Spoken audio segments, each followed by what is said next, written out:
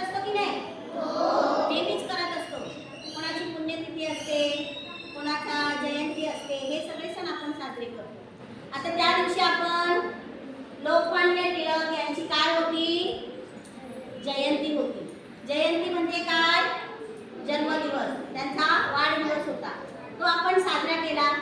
पाटील मॅडमने तुम्हाला लोकमान्य टिळकांविषयी खूप छान छान गोष्टी सांगितल्या ना, त्यांच्या बालपणीच्या, नंतर मोठेपणीच्या.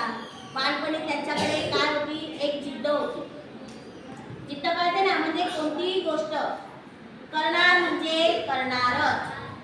भले त्यासाठी मला कितीही कष्ट करावे लागले, कितीही यातना सहन कराव्या लागल्या, तरी पण मी मनाचे ठरवलेलं आहे ते मी पूर्ण करणार. आणि असा स्वभाव हा लोकमान्य टिळक यांचा होता. लोकमान्य टिळक हे जिद्दी तर होते, पण ते हजरजबाबी होते. हजरजबाबी म्हणजे काय? तर पटकन उत्तर देणारे होते.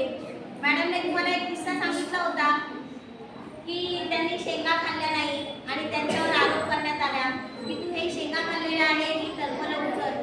तर त्यांनी बिनधास्त, कारण त्यांनी जी गोष्ट केली नव्हती त्यांनी ती निडरपणे जाहीर केली की जर मी त्या शेंगा खाल्ल्या नाही तर मी त्याचा कचरा कसा काय उचलणार. त्यांचा हा स्वभाव होता. अशा प्रकारे लोकमान्य टिळकांनी आपल्या देशासाठी एक समाजसुधारक म्हणून कार्य केले. त्यांनी मराठा आणि केसरी हे वर्तमानपत्र सुरू केलं, पण कुठे?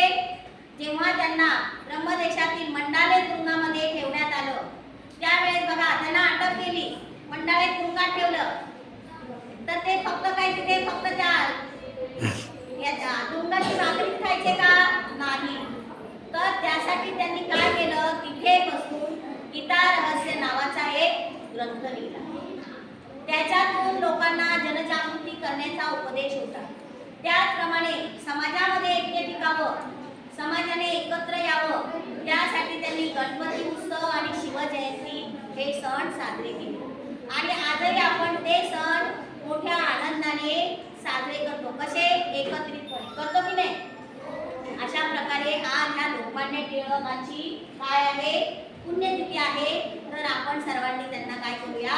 वंदन करूया. एवढे